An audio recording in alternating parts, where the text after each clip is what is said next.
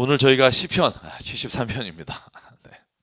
제가 이거 오래전부터 준비하면서 제가 73편이 저한테 굉장히 감동을 준 그리고 제 자신이 가지고 있는 어떤 문제를 이 시편의 기자도 똑같이 느끼고 있었구나. 그리고 야, 오늘 나도 이 말씀대로 하나님 앞에 고백하며 살아야지. 이런 제 자신에게 하나님이 주신 음성 같은 말씀이었고, 그래서 오늘 73편을 저희가 같이 나누도록 할 텐데요. 자, 73편부터 여러분 시편이 5권으로 이루어졌잖아요. 네, 오늘 3권에 들어가는 날입니다. 그래서 오늘부터 73편부터 89편까지가 3권이고요. 90편부터 106편까지가 4권이고 107부터 150까지가 이제 5권이 돼요. 제가 왜 시편이 5개로 나눠졌냐라고 여러분에게 물어봤었죠. 근데 저희가 정확한 건 아니지만 아마 구약의 저자가 모세오경처럼 이 5권의 말씀으로 시편을 나눠서 여러분 성경에 보면 1권, 2권, 3권. 근데 재밌는 건 오늘 3권의 시작이 다윗이 아니에요. 뒤편에 140편 뭐 이렇게 다윗의 시가 나오지만 오늘부터 83편까지 11개의 시편은 아삽이라고 하는 다윗 시대의 음악을 담당했던 아주 유명한, 그죠? 아삽이라는 시인이 쓰는데요. 제가 여러분 복습이죠. 다윗 시대에 음악을 담당했던 3분이 있죠. 제가 한 10번은 얘기한 것 같아요. 이제 한 명이라도 기억하시기를. 할렐루야. 아삽, 그죠? 아삽. 그다음에 헤만이 있다 그랬죠. 헤만. 네. 그다음에 한 사람이 에단. 구약에 보면 이 찬양을 담당했던 사람들이고, 이 사람이 다 레위 지파의 한 지파 중에 한 사람씩 있잖아요, 그죠?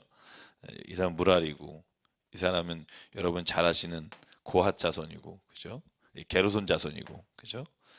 그래서 하나님께서 이렇게 시편을 기록한 사람 중에 이 아삽의 시가 가장 많습니다. 그래서 오늘 73편부터 83편까지는 아삽의 시인데, 아삽의 시에 이게 흐르는 주제가 있더라고요. 제가 읽어보니까 83편까지가 오늘 특별히 이 73편이 주제, 서론 이런 거예요. 내용이 뭐냐 하면 하나님 왜 이렇게 악한 놈이 잘 삽니까? 이런 거예요. 악인이 왜 이렇게 형통합니까? 이게 오늘 이 아삽의 시에 가지고 있는 절규고, 그 안에서 본인이 하나님을 떠났다가 떠날 만큼 힘들었다가 다시 하나님을 어떻게 잡게 됐는지에 대한 고백이 들어있어요. 그래서 저는 73편을 읽으면서 저희가 또 똑같은 어떤 생각과 고민이 있다면 또 하나님께서 주시는 음성을 듣기를 원하고요. 그래서 73편의 말씀은 그래서 개인의 애가라고 돼 있지만 사실 개인의 애가이면서 동시에 저는 지혜 시편이라고 봐요. 왜냐하면 하나님이 이 세상에 악한 자가 형통하는 것과 의인이 고생하고 고난을 당하는 것에 대해서 하나님이 말씀으로 지혜를 주셔서 이걸 이해하게 하시는 지혜서 저는 성격을 띠고 있다고 봐요. 그래서 73편이 그런 성격을 가지고 있다는 것을 생각하면서 오늘 말씀을 같이 좀 나눠보려고 합니다.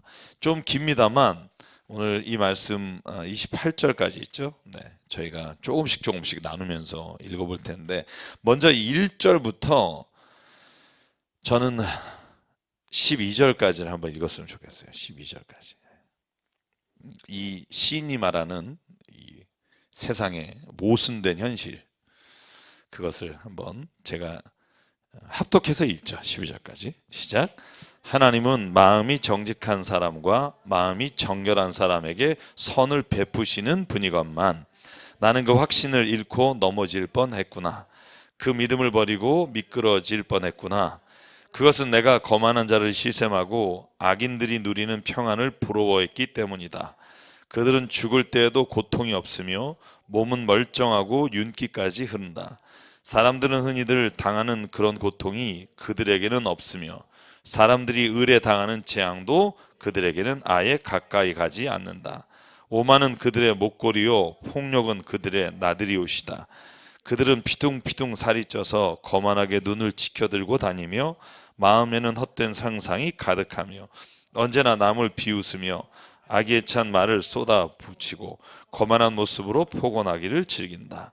입으로는 하늘을 비방하고 혀로는 땅을 휩쓸고 다닌다. 하나님의 백성마저도 그들에게 홀려서 물을 들이키듯 그들이 하는 말을 그대로 받아들여 덩달아 말한다.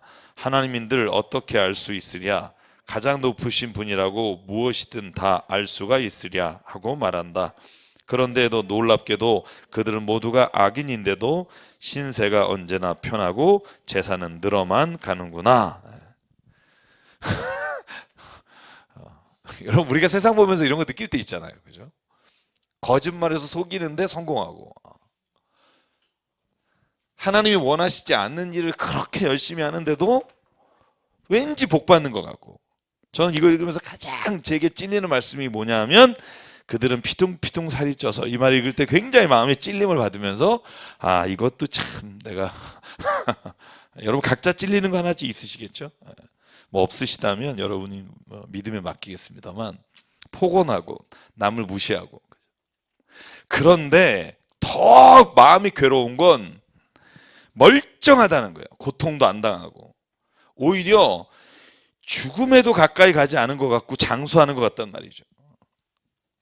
그래서 나도 혹하고 넘어갈 뻔했다는 거예요. 야, 나도 저렇게 살아야지. 내가 왜 이러고 살지? 왜 굳이 하나님 앞에서 의인으로 살아야 되지? 여러분, 13절을 우리가 읽지 않았지만 이렇다면 이렇게 되어 있어요. 내가 깨끗한 마음으로 살아온 것과 내 손으로 죄를 짓지 않고 깨끗하게 살아온 것이 다 허사란 말인가? 이런 거예요. 여러분, 저는 73편이 굉장히 성경의 가장 중요한 핵심을 말을 하고 있을 거예요. 앞으로 그걸 드러낼 거예요. 성경 믿음의 핵심? 여러분 어떠세요? 여러분 이런 일을 바라보고 이런 생각을 하신 적이 없으십니까? 가만히 보면요, 이 시편의 기자 아삽이 지금 생각하는 게 뭐냐 하면, 나도 넘어갈 뻔했다는 거예요.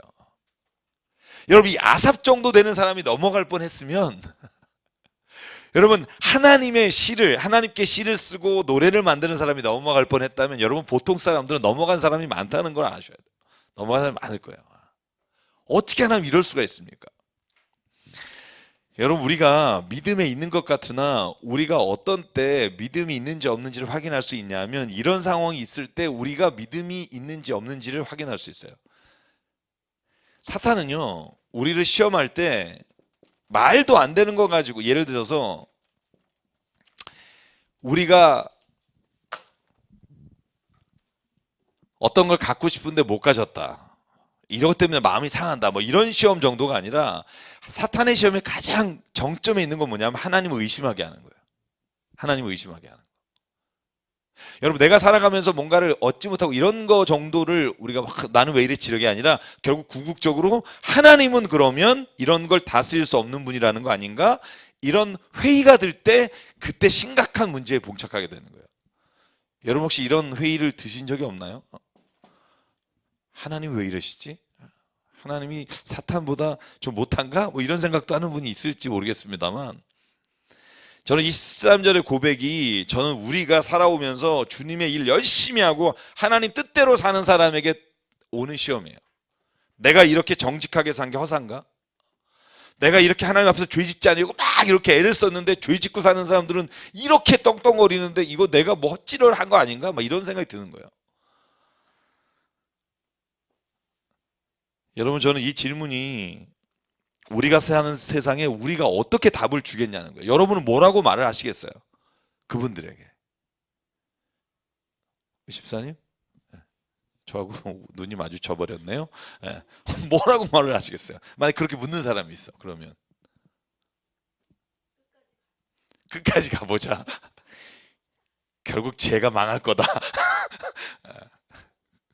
그죠? 저도 그런 마음이 있죠.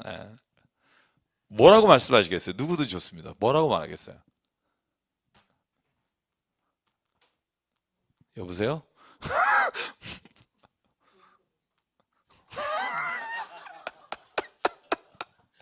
이거 어떻게 사탄을 대적할 수 있겠어요, 이거?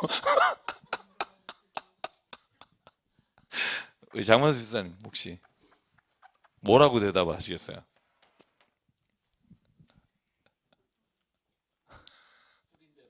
뿌린 대로 거둘 거다. 기다려봐라. 다 비슷하네요. 기다려봐라. 하나님 뿌린 대로 거둔다. 근데 이 시편의 기자 아삽은요, 오늘 이 질문을 자기가 던지고 자기 안에 해답을 얻었기 때문에 이걸 쓴 거예요. 그러니까 혼돈 중에 왜 하나님이 이런 사람들을 그대로 두지 하다가 하나님 앞에서 깨달은 거예요.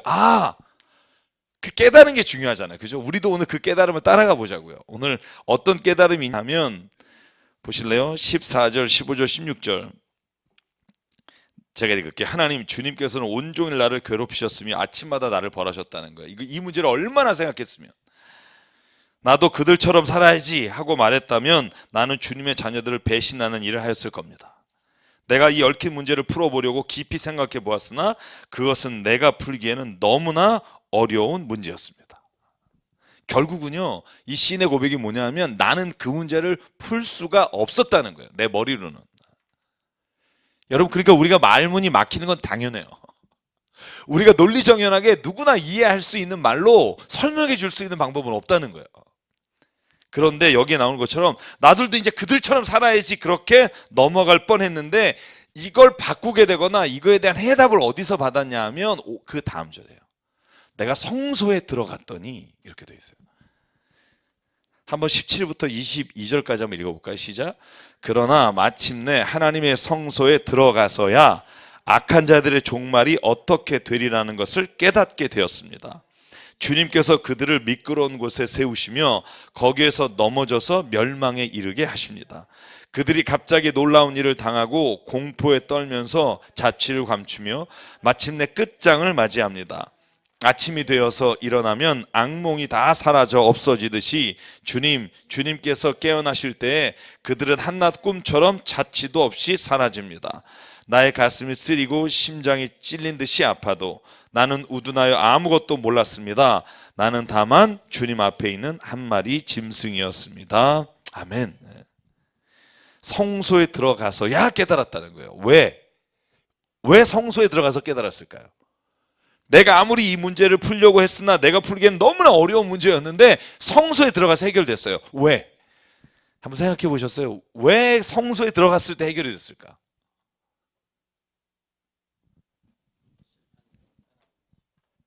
그렇죠. 하나님을 만난 거예요. 그러니까 머리로가 아니라 성소에 들어가서 예배하며 하나님의 임재하심을 깨닫고 나니까 하나님이 계시는구나, 하나님이 살아계시구나 하는 걸 내가 체험하고 나니까 그때 뭘 보게 되냐 하면 눈에 보이는 세상의 형통함이 우리 믿음의 사람들이 바라보는 형통함이 아니구나, 그걸 깨닫는 거예요. 여러분, 그걸 뭐라고 말하냐면 삶의 가치관과 목표가 예전에 내가 가졌던 생각이나 사람들이 생각하는 것에서는 해답이 안 나온다는 거예요. 여러분, 가만히 생각해 보세요. 여러분, 세상에 성공한 사람 어떤 사람이에요? 국회의원 된 사람, 우리가 그냥 막말로 하면 대통령 된 사람, 그죠? 성공한 사람, 기업이 엄청나게 한국에서 빌딩 몇 채 갖고 있는 사람. 저는 오늘 텔레비 보면서 열받았는데, 그죠? 대기업들이 그동안 나라 경제가 어려울 때 한 일이 하고는 땅 산 거밖에 없더라고요. 혹시 보셨나요? 뉴스? 땅을 몇백 조를 샀어요. 그거 땅 산 거밖에 없는 거예요.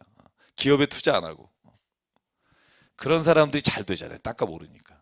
그럼 어떻게 해야 돼요? 우리도 빨리 기도하고, 그죠? 기도하고, 국가 공무원인 분에게 어느 땅이 오를 거냐 물어보고 사야죠. 그죠? 악인의 형통함, 그죠? 아니, 돈을 모아놓고 형통한 사람들이 돈을 버는 방식을 따라가려면 저는 여기서 기도하시면 안 돼요. 여기 오셔서 성공하게 해주셔서 기도하는 것보다 빨리 가서 좋은 분들 사귀어서 어느 지역이 땅이 오를 건지를 물어보시는 게 훨씬 나아요. 왜 우리가 이성적으로 하나님이 이 땅에 악인이 형통하는 것을 보고 그것에 대답할 수 없냐 하면 세상의 기준으로 따라가서는 우리가 그 사람들을 이길 수 있는 방법이 없어요. 교회 다니고 열심히 신앙생활하면 부자 된다고요? 저는 그 말에 많이 속았었어요. 저는 쪽박 차시는 분 많이 봤어요. 정직하게 살다가 배반당하시는 분 봤어요. 근데 오늘 아삽은 뭐라고 말하냐 하면 내가 성소에 들어가서 하나님 만났더니 그들이 잘 되는 게 잘 되는 게 아닌 걸 본 거예요. 그들이 막 떵떵거리고 살고 교만하게 살고 다른 사람을 무시하고 사는 것 자체가 복이 아니라 그것이 하나님 앞에서 심판 때에 하나님의 진노를 사고 있는 행위가 보이는 거예요. 이게 마음에 안 와닿는 것 같은데 여러분, 그게 보여야 돼요. 어떤 사람이 예를 들어서 회장이 되고 아니면 굉장히 높은 데서 갑질하는 거 보고 부럽다. 여러분, 이 마음을 가진 건 왜 그러냐면 우리의 기준이 세상에서 어떻게 성공하느냐에 대한 기준을 가지고 있기 때문에 그래요. 근데 그걸 보면서 하나님의 진노를 쌓고 있구나. 여러분, 이 생각을 가지고 있는 결정적인 게 뭐냐면 주님이 때에 주님이 다시 깨어나시면 이들은 멸망할 거라는 거예요. 그러니까 어떻게 보는 거냐면 종말론적 시각으로 보는 거예요. 종말론적 시각. 여러분, 이 말이 성경에서 얼마나 중요한지 몰라요. 이런 거예요. 여기서 우리가 보면 와, 됐다 넓다. 그런데 여러분, 저 산에서 보면, 저 비행기에서 보면 뭐 요만한 것들이 이렇게 싸우고 있지, 이런 거예요. 그죠? 세상에서 우리가 지금 이렇게 눈을 뜨고 보면 와, 엄청나게 성공하고, 야, 예수 믿지 않아도 혹은 저렇게 죄를 져도 저렇게 잘 되고 죽는데 자식들한테 물려주고 죽어. 막 그 자식도 너무 잘 돼. 그러면 악인의 형통함을 보면서 우리가 뭐라고 생각하냐면 내가 지금 헛사는 거 아닌가? 그런데 그건 우리가 이렇게 보기 때문에 그래요.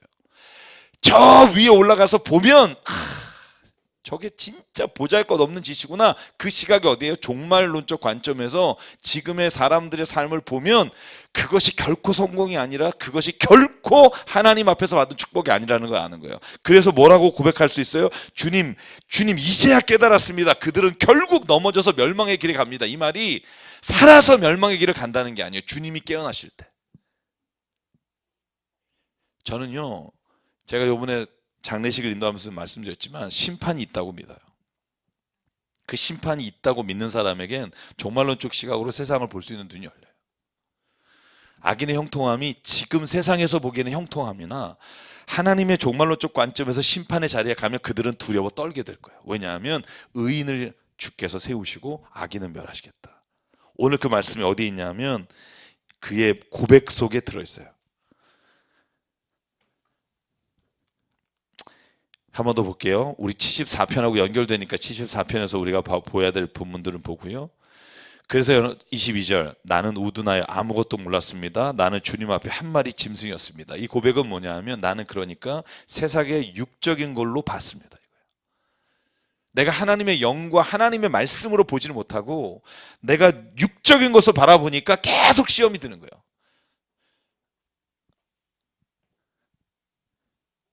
여러분, 왜 낮아져야 돼요?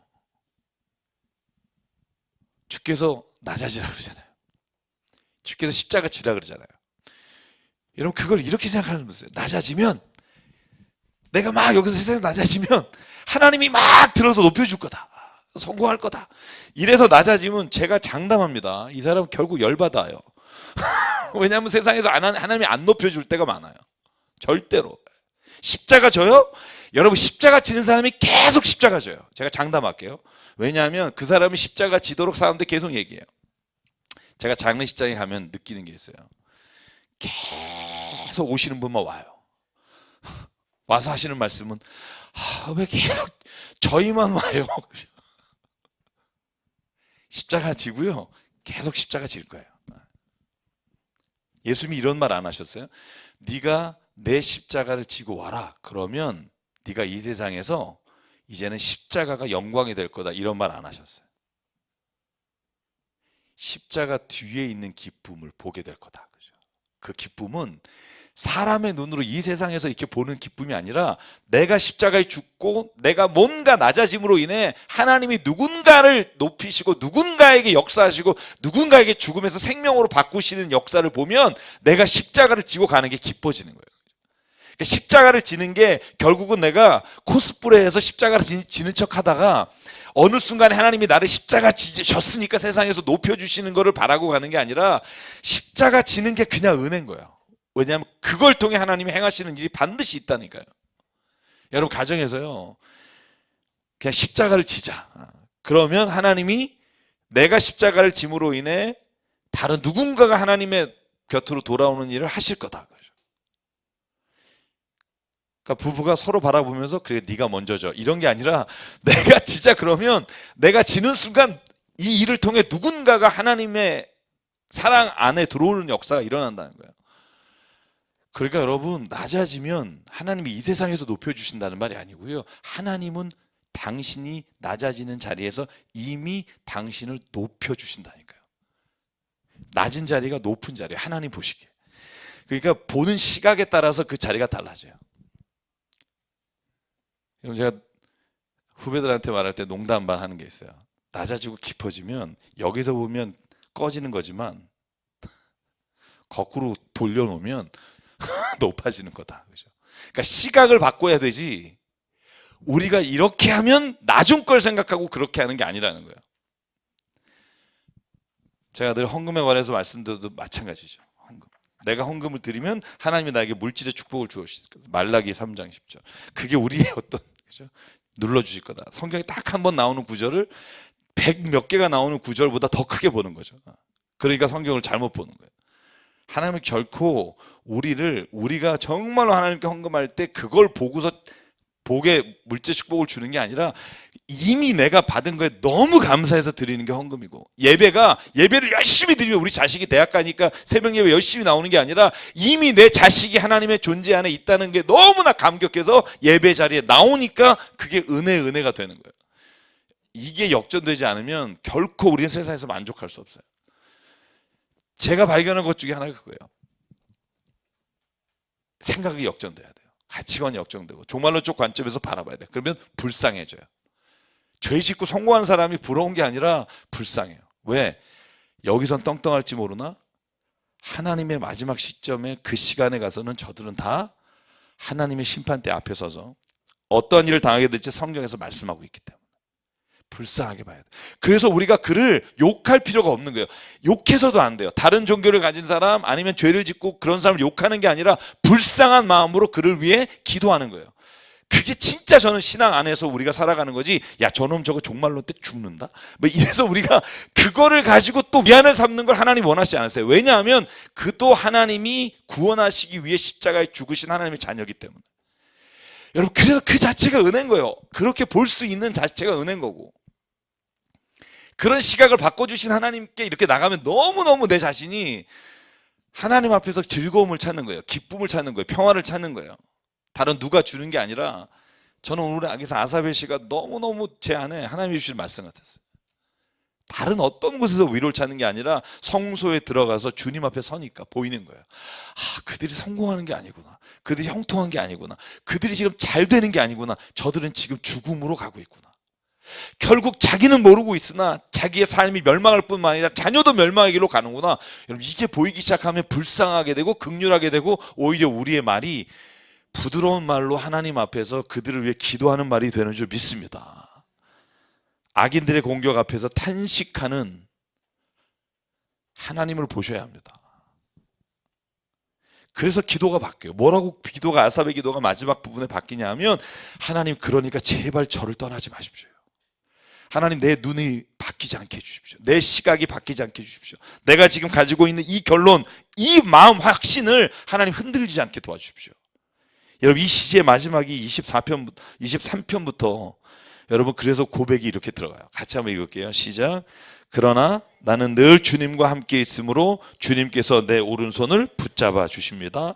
주님의 교훈으로 나를 인도해 주시고 마침내 나를 주님의 영광에 참여시켜 주실 줄 믿습니다. 내가 주님과 함께하니 하늘로 가더라도 내게 주님밖에 누가 더 있겠습니까? 땅에서라도 내가 무엇을 더 바라겠습니까? 내 몸과 마음이 다 시들어가도 하나님은 언제나 내 마음에 든든한 반석이시요 내가 받을 몫의 전부이십니다. 주님을 멀리하는 사람은 망할 것입니다. 주님 앞에서 정절을 버리는 사람은 주님께서 멸하실 것입니다. 하나님께 가까이 있는 것이 나에게 복이니 내가 주 하나님을 나의 피난처로 삼고 주님께서 이루신 모든 일들을 전파하렵니다. 아멘. 발견한 거예요. 복이 뭘까? 저는 저희 목회자분들이 설교할 때마다 항상 똑같은 말을 하시더라고요. 저는 그래서 은혜 받아요. 하나님과 함께하는 게 복이에요. 그러니까 하나님과 함께해서 뭘 얻는 거. 여러분, 이건 진짜 부차적인 거잖아요. 여러분, 사랑하는 사람이 있어요. 사랑하는 사람이 있는데 이 사람하고 같이 있는 거 말고, 야, 얘랑 있으면 얘가 가지고 있는 아파트가 내게 되고 뭐 이 생각을 가지면, 여러분, 그건 이 사람하고 있는 게 행복한 게 아니라 이 사람이 갖고 있는 뭘 가져서 행복한 거잖아요. 하나님도 마찬가지라니까. 하나님과 함께 하는 것이 기쁨이 되지 않고, 하나님이 나를 그걸 통해서 내가 의지하면 뭘 주겠지라는 순간 우리의 하나님을 향한 믿음이 왜곡되고 하나님을 향한 사랑이 거짓 사랑이 되는 거예요. 근데 하나님 우리를 그렇게 사랑하지 않으셨잖아요. 내가 너를 사랑한다가 말할 때 네가 그러니까 나를 위해서 뭘 해라가 아니라, 내가 너를 사랑하니까 내가 너를 위해 십자가에 죽을게. 내가 핏값으로 널 살 수 있다면 내가 널 사랑한다. 여러분, 그 사랑을 받았으니까 하나님 우리에게 원하는 게 뭐냐면, 하나님 진짜 나도 사랑해요. 그런데 하나님이 가지고 있는 그거를 그러니까 나한테 주시고, 다음 달 되면 만기 돌아오니까 이거 해주시고, 그래서 내가 당신을 사랑합니다 하면 이 사랑의 서로의 관계가 안 맞는 거예요. 그래서 하나님이 우신다는 거예요. 하나님이. 여러분, 그래서 오늘 시편의 기자 아삽이 고백하는 게 그거예요. 나는 이제 깨달았습니다. 하나님과 함께 있는 것이 복입니다. 이게 28절의 고백이에요. 하나님께서 가까이 있는 것이 나에게 복입니다. 그러니 내가 주님을 피난처로 삼겠습니다.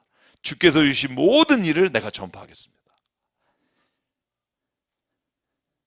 저는 그래서 이 시편을 읽으면서 제 안에 다시 하나님께서 확신으로 주신 게 있어요. 세상의 다른 복보다 하나님과 함께 있는 게 복입니다. 하나님이 주시는 것들을 따라가다가 하나님을 놓치지 마십시오. 그들은 이미 마음에, 죄 가운데 형통해 보이는 사람들은 마음속에 하나님이 징벌을 이미 주셨습니다. 여러분, 저는 그건 확신합니다. 잘 되는 것 같고 그 마음이 편한 것 같으나 늘 불안하며 살 거예요. 여보세요? 만약에요, 누군가에게 사기를 쳤어요. 그래서 돈을 엄청 벌었어. 안 걸렸어. 행복할 것 같죠. 행복한 마음도 있죠. 근데 그 마음에는요, 항상 누군가가 나를 끝까지 쫓아다니면서 나를, 내 죄를 분명히 할 수도 있다는 생각에 두려운 거예요.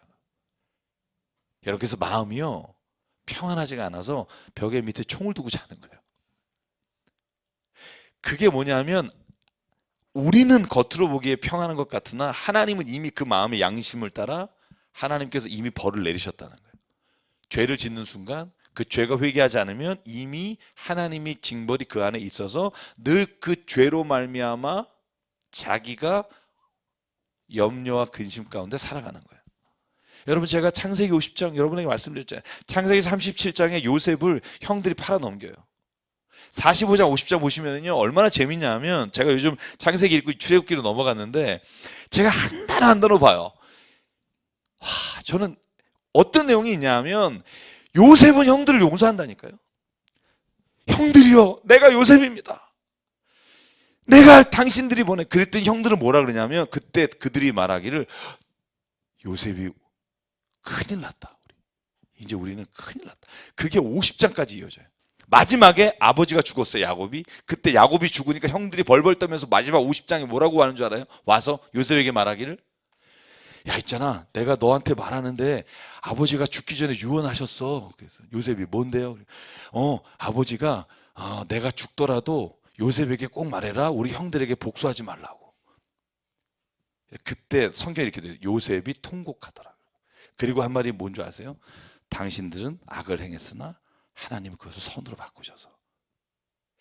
그러니까 이걸 생각해야 돼. 그 형들은 늘 그게 있었던 거예요. 뭐가 안 되면 내가 요셉을 팔아서 그런가?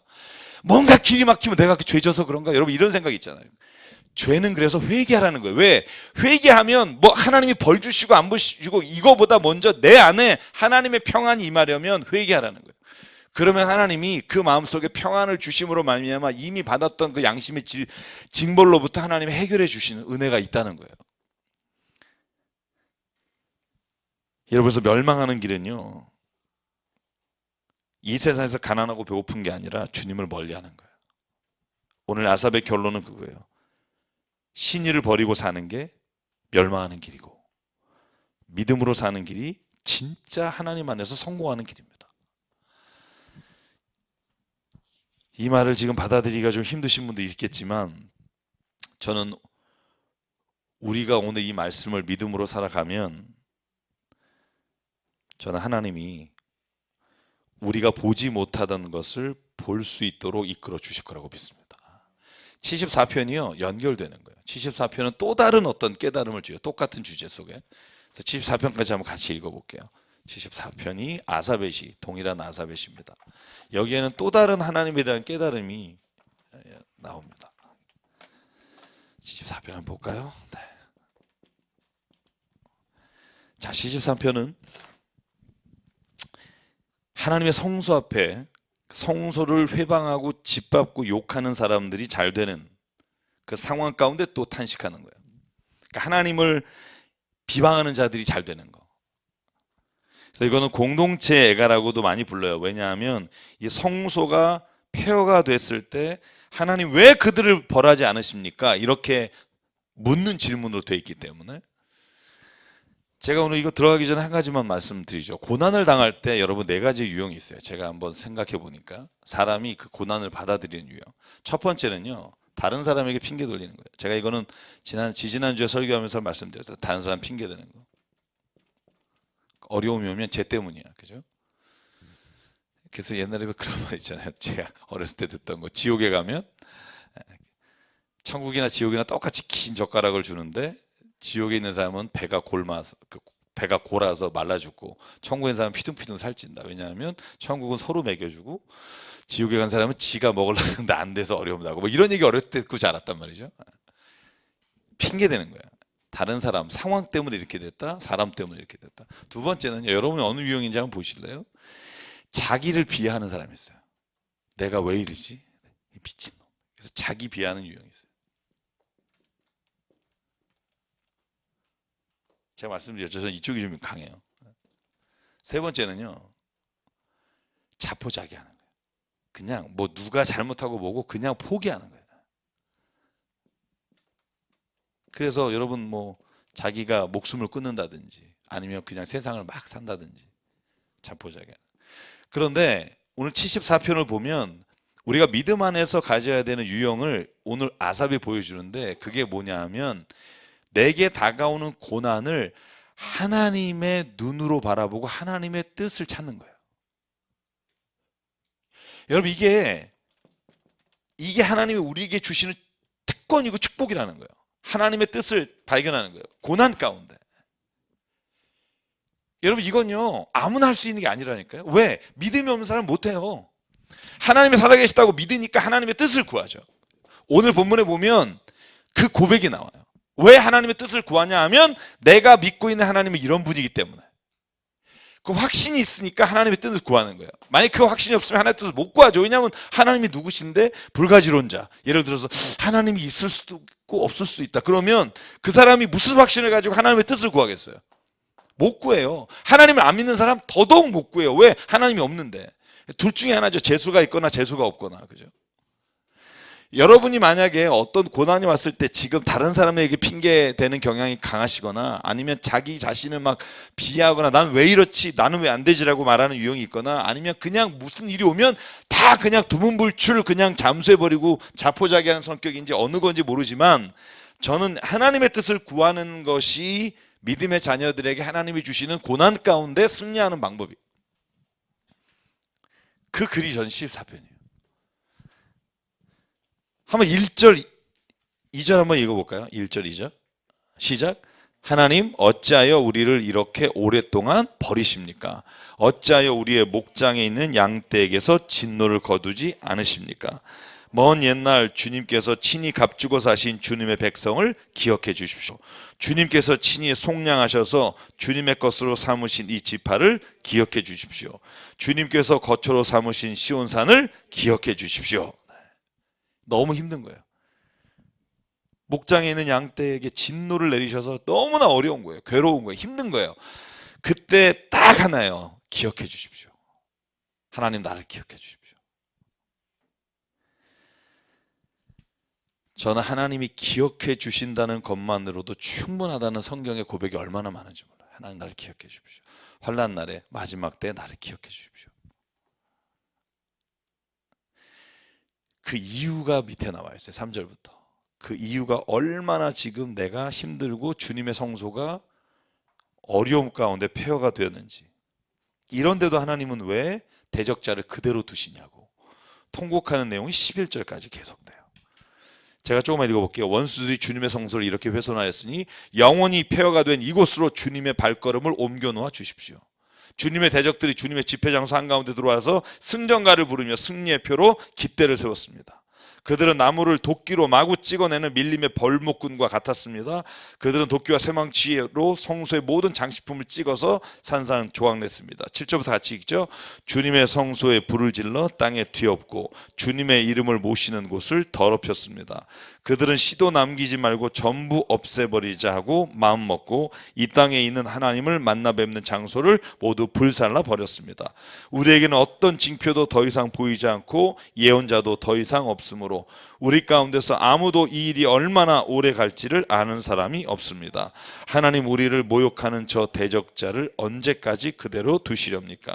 주님의 이름을 모독하는 저 원수를 언제까지 그대로 두시렵니까? 어찌하여 주님께서 주님의 손 곧 오른손을 거두십니까? 주님의 품에서 빼시고 그들을 멸하십시오. 여러분, 73편하고 좀 다르지만 똑같은 고민이 여기에 있는 거예요. 하나님의 성소를 더럽히고 하나님을 저주하고 욕하는 사람들이 하나님 지금 여기 있는데 왜 그들을 다 쳐버리지 않으십니까? 제가 시편할 때 한 2번 정도 말씀드렸어요. 그 이유는 우린 알아요. 로마서 2장. 그도 하나님의 자녀라. 회개할 기회를 주신다는 거죠. 그게 첫 번째고, 두 번째, 하나님이 우리가 원하는 때가 아니라 하나님이 원하시는 때에 하나님은 일하신다는 거예요. 저희가 왜 그렇게 실망하는 줄 아세요? 저희가 왜 인생을 살아가면서 그렇게 하나님에 대해서 불만을 갖고 있는 줄 아세요? 왜냐하면 우리는 우리가 원하는 때 이루어져야 하나님이 응답하셨다고 생각하니까. 그것만 한번 내려놓아 보십시오. 그러면 많은 부분들에서 하나님의 뜻을 볼 수 있어요. 75편에 그런 내용이 나요. 오늘 75편을 못할 것 같은데 75편에 뭐가 있냐면 2절에 이거예요. 제가 이렇게 하나님께서 말씀하시기를 내가 정하여 놓은 그때가 되면 나는 공정하게 판결하겠다. 그때에는 8절에 진노의 향료가 다 그들 악인들이 먹도록 하겠다. 근데 이 말이 중요해요. 내가 정한 때예요. 네가 정한 때가 아니라. 각자 너희들이 원하는 때가 아니라 내가 정한 때 하겠다는 거예요. 여러분, 이걸 믿으려면 하나님에 대한 확신이 있어야 돼요. 여러분, 하나님에 대한 확신이 있으십니까? 하나님이 이 일을 이루실 분이라는 걸 믿으십니까? 찝찝한 아멘이시지만 어쨌든 이 믿음이 있는 사람에게는 이 일어나는 일들로 인해 우리가 실망하며 하나님을 떠나려고 하는 마음으로부터 하나님 우리를 지켜주신다는 거예요. 여러분 생각해 보십시오. 하나님 왜 그대로 두냐는 거예요. 그 다음부터 12절부터가 재밌어요. 17절까지가 이 시인은 뭐라고 말하냐 하면 그럼에도 불구하고예요. 그럼에도 불구하고 나는 하나님이 이런 분인 줄 믿습니다라는 고백이 나와요. 12절부터 17절 같이 읽어볼까요? 시작. 하나님은 옛적부터 나의 왕이시며 이 땅에서 구원을 이루시는 분이십니다.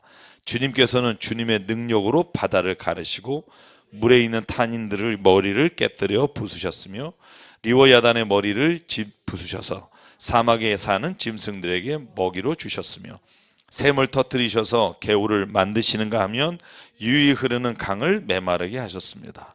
낮도 주님의 것이요 밤도 주님의 것입니다. 주님께서 달과 해를 제자리에 두셨습니다. 주님께서 땅의 모든 경계를 정하시고 여름과 겨울도 만드셨습니다. 아멘.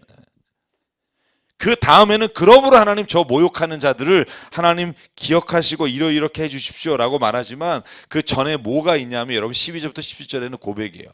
아 그렇죠. 근데 하나님 내가 하나님한테 이렇게 짓거리고 있네요. 하나님이 이런 분인데 하나님 천지를 만드신 분인데 해와 달도 만드신 분인데 리워야단 욥기에는 리바이던이라고 우리가 알고 있는 그죠? 그 바다에 있는 아주 흉흉한 괴물도 한순간에 짓누르시는 분이신데 내가 그 하나님이신데 왜 내가 지금 하나님 앞에 이렇게 말하죠?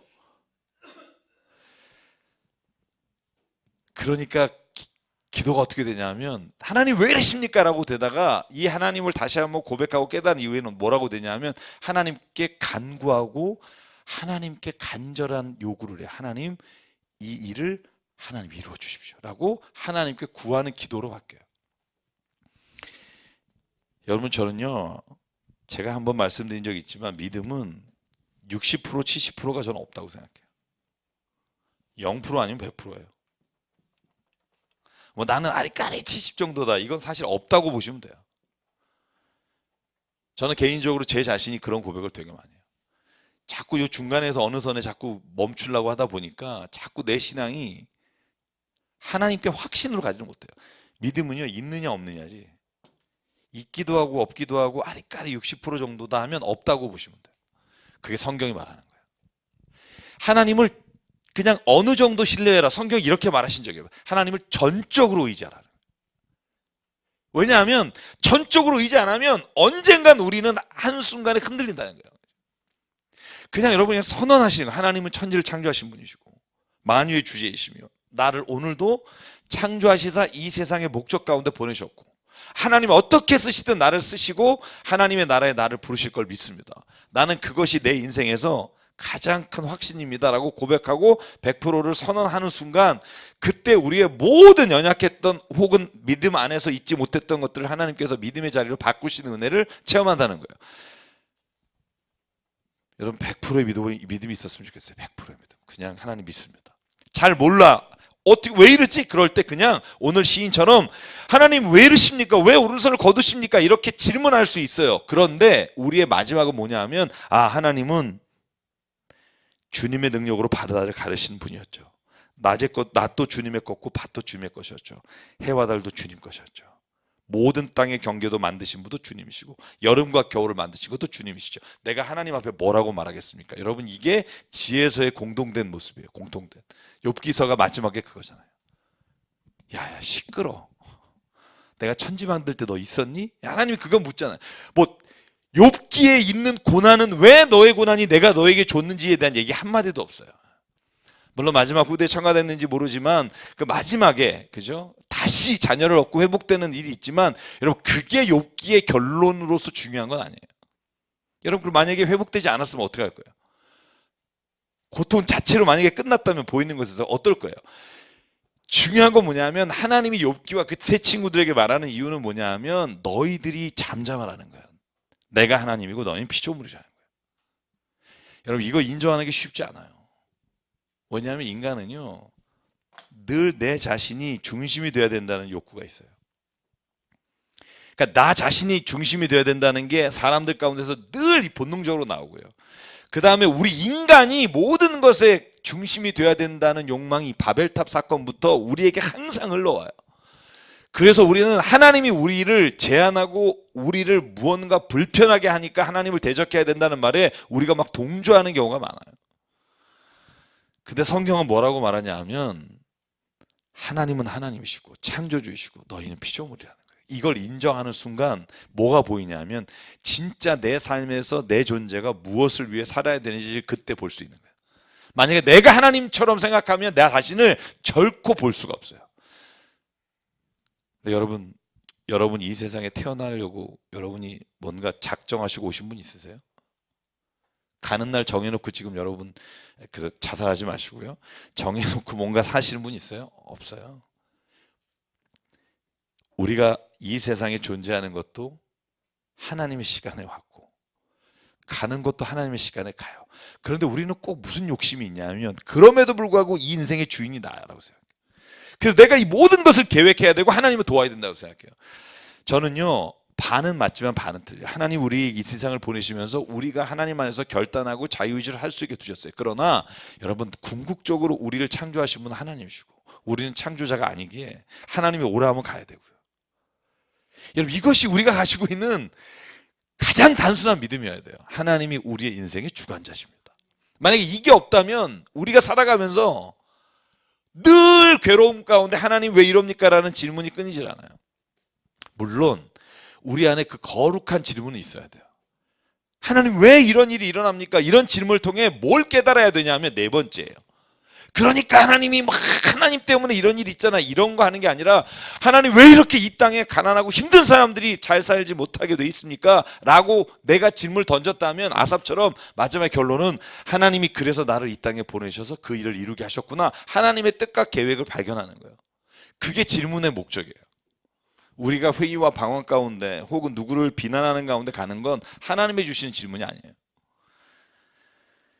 그러면 우리가 갈등과 고민은 하겠죠. 그러나 결국 승리를 주신 분은 하나님이시고 하나님이 나를 기억만 하시면 됩니다. 족합니다. 하나님은 언제까지 보고만 계시지는 않을 겁니다. 이게 오늘 아삽의 고백이에요. 하나님은 하나님이 정하신 때에 그 일을 행하실 겁니다. 우리에게도 이런 믿음이 있으면 좋겠습니다. 하나님, 내 전적으로 하나님 신뢰합니다. 내 삶에 어떤 일이 일어나든. 저희 딸 헤헤거리고 또 전화 왔어요. 어떤 얘기 돼? 맑아.